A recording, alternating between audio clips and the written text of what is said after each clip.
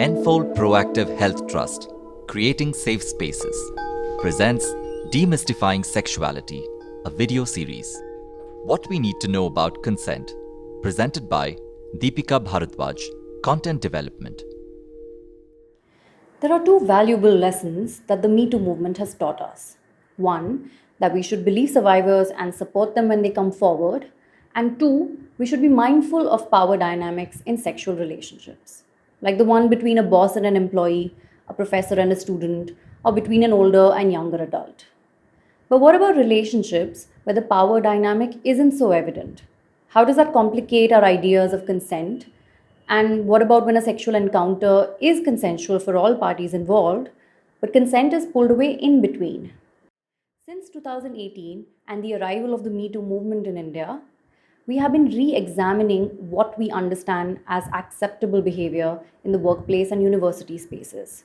We now realize that simply wanting to create safer spaces to express our sexuality isn't enough.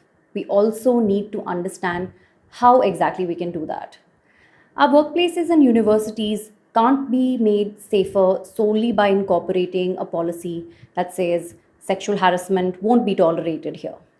We also need to analyze the conditions that enable sexual harassment and abuse of power to occur in the first place.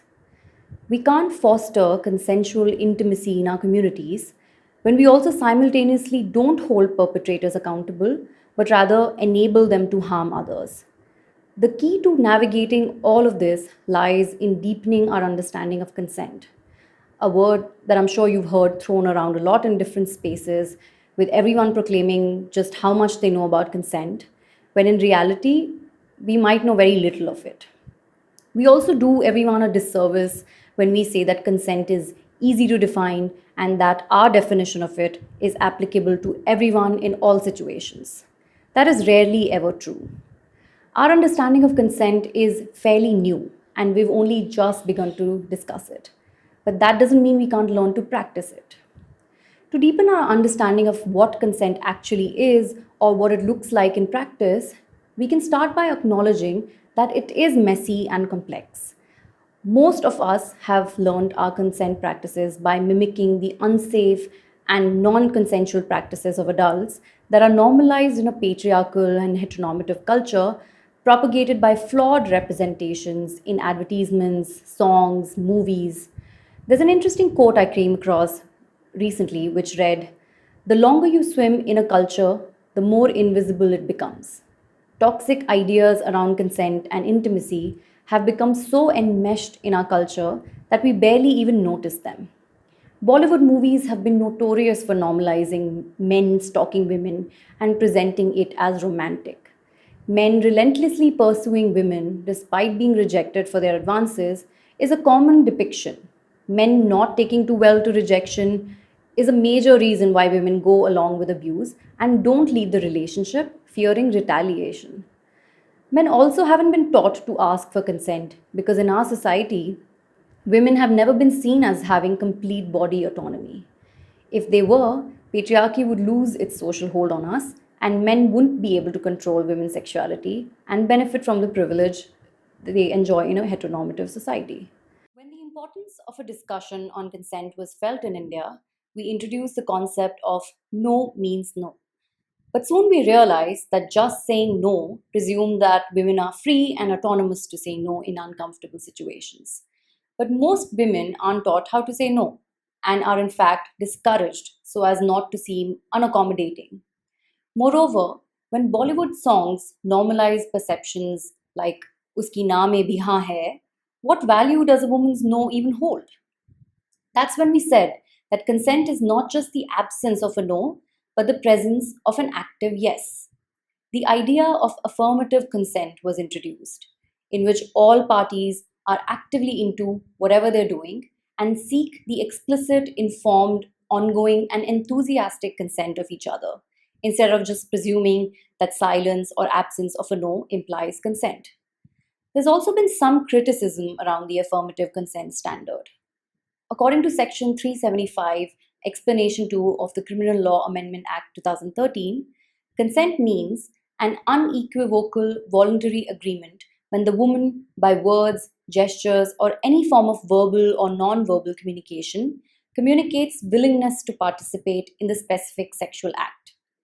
While this definition of consent is useful in prosecuting men who had sex with women non consensually, including in cases where women fought back or submitted due to societal pressure, it begs the question of whether an individual can ever possess complete capacity, freedom, and information to agree unequivocally to sex. Non consensual sex occurs across a continuum, and chances are that most of us have at some point or another not acquired the explicit, informed, ongoing, and enthusiastic consent of another when participating in sex because we have not been taught practical skills and tools around naming and respecting each other's boundaries, actively listening to each other's desires and needs, and navigating what triggers us, especially when sex operates in so much silence and secrecy in our society. We don't know how to communicate like that. There's an interesting manner in which a Mumbai based filmmaker, Paramita Vora, wrote about consent. She said, consent is not a tangible object. It is an intangible response that formulates itself, sometimes quickly, sometimes slowly. Between these forbidding monoliths of yes and no is the real value of consent, where you have the time to exist in a maybe, a time of making a choice whether to walk together a while, to have sex, to be in love or not, to simply enjoy the erotic charge between you and others, whatever it is you desire. Sexual interaction is a spectrum of shifting desires that crystallize from maybe to yes, absolutely, or no, not now, not ever, at a different pace, in a different way for everyone. Respecting that choice, expecting that choice, is consent. Does a maybe have a place in the legal definition of consent? What about instances when a woman is conflicted about going ahead with a sexual act, changes her mind, or is in two minds at the same time? In these instances, the affirmative consent standard would recast anything less than an unequivocal yes as a no. It is also important to place consent within the framework of structural oppression and inequality. Not all of us are privileged with societal power, and systems of oppression like sexism, casteism, homophobia, transphobia, racism, ableism ensure that power doesn't rest with those inhabiting marginalized identities. And so, deepening our examination of consent involves understanding the many ways in which structural identities generate violence and, as a result, complicate our abilities to consent.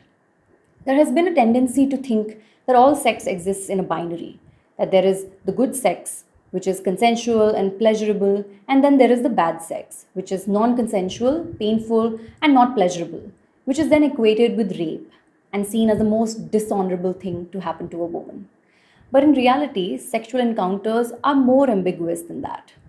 Once we've acknowledged the complexity of consent, we can move towards pursuing the affirmative consent standard with the knowledge that though sexual relationships don't always play out like that, we can still strive to inculcate consent practices that are closest to it. If we can't communicate our boundaries, ask about someone else's boundaries, and then make sure to respect them and not to violate them, we can't expect to shift the culture. We need to practice these skills enough times, repeatedly, until it becomes normal to ask for and give consent and to talk about sex. Contrary to what Bollywood movies tell us, disappointment after one faces rejection is a better price to pay and also creates a space to shift the culture to navigate consent without anyone feeling disrespected.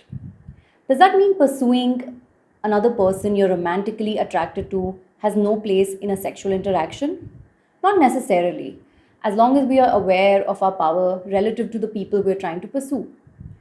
Most parents wait to teach their children about consent once they're old enough to engage in sexual behavior or don't have that conversation at all.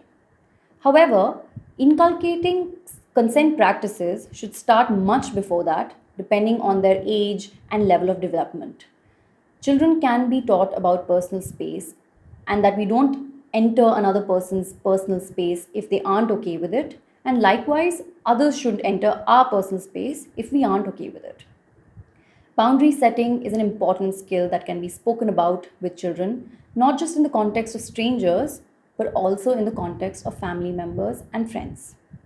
Additionally, we can discourage adults from encroaching on children's personal space without their permission. For example, pulling or kissing their cheeks, going for a hug, force feeding them, and all of that.